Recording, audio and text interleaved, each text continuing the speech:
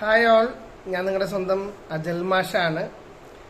നമുക്കറിയാം 28 മെയ് മാസം 28 തൊട്ട് നമ്മുടെ NDA അഥവാ നാഷണൽ ഡിഫൻസ് അക്കാദമിയുടെ 2ാം ഘട്ടം പരീക്ഷയിലേക്കുള്ള അഡ്മിറ്റ് കാർഡ് നിങ്ങൾക്ക് കിട്ടണമെന്നുണ്ടെങ്കിൽ ഇപ്പോൾ തന്നെ രജിസ്റ്റർ ചെയ്യണം, വേണ്ടേ?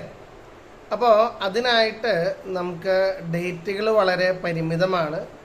കൃത്യമായിട്ട് പറയുകയാണെന്ന് വെച്ച് കഴിഞ്ഞാൽ ജൂൺ മാസം 17 വരെയാണ് ഇത് അപ്ലൈ ചെയ്യാനുള്ള ലാസ്റ്റ് ഡേറ്റ് എന്ന് പറയുന്നത്. അപ്പോൾ പ്ലസ് ടുവിൽ നിങ്ങൾ ഏത് ഗ്രൂപ്പ് പഠിക്കുകയാണെങ്കിലും, ഐദർ സയൻസ് ഗ്രൂപ്പ് ആയാലും കൊമേഴ്സ് ഗ്രൂപ്പ് ആയാലും ഹ്യൂമാനിറ്റീസ് ഗ്രൂപ്പ് ആയാലും നിങ്ങൾക്ക് ഈ പറയുന്ന NDA 2ാമത്തെ എക്സാമിലേക്ക് അപ്ലൈ ചെയ്യാവുന്നതാണ്. അപ്പോൾ 28 ആ രജിസ്ട്രേഷൻ പ്രക്രിയ തുടങ്ങിയിട്ടുണ്ട്.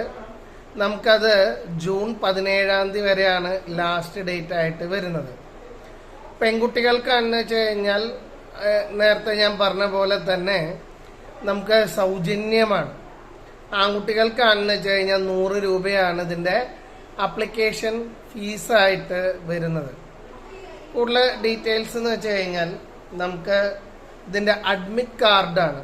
അഡ്മിറ്റ് കാർഡ് റിലീസ് ചെയ്യുന്നത് 4th വീക്ക് ഓഫ് ഓഗസ്റ്റ് എന്നാണ് പറയുന്നത്. അപ്പോൾ ഓഗസ്റ്റ് 20 കഴിയുമ്പോൾ നിങ്ങൾക്ക് NDAയുടെ അഡ്മിറ്റ് കാർഡ് വരും.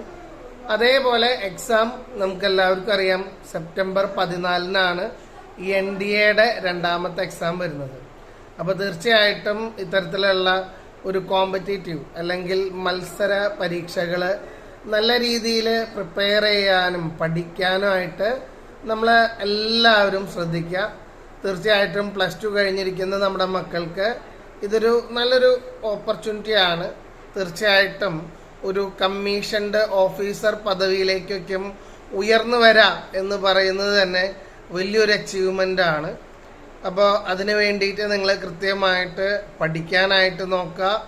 പഠിക്കാനായിട്ട് നമുക്ക് ഈ പരീക്ഷകൾ, അതായത് മോർണിംഗ് എക്സാം എന്ന് പറയുന്നത് നമ്മുടെ മാത്സ് പരീക്ഷയാണ്, ഔട്ട് ഓഫ് 300 ആണ്.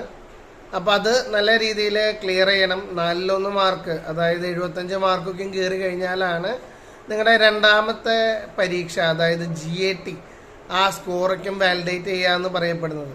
അപ്പോൾ GAT സ്കോർ വാലിഡേറ്റ് ചെയ്യണം എന്ന് വെച്ച് കഴിഞ്ഞാൽ തീർച്ചയായിട്ടും മാത്സ് സ്ട്രോങ് ആവണം. ഇനി ജനറൽ ആപ്റ്റിറ്റ്യൂഡ് ടെസ്റ്റ് എന്ന് പറയുന്ന കാര്യത്തെക്കുറിച്ചും കൂടിയും 2 വാക്ക് പറയാം. GATയിൽ നമുക്ക് സയൻസ് വിഷയങ്ങൾ പഠിക്കാനുണ്ട്. മെയിൻലി ഫിസിക്സ്, കെമിസ്ട്രി, ബയോളജി ഇങ്ങനെയുള്ള വിഷയങ്ങളെല്ലാം തന്നെ നമുക്ക് പഠിക്കാനുണ്ട്.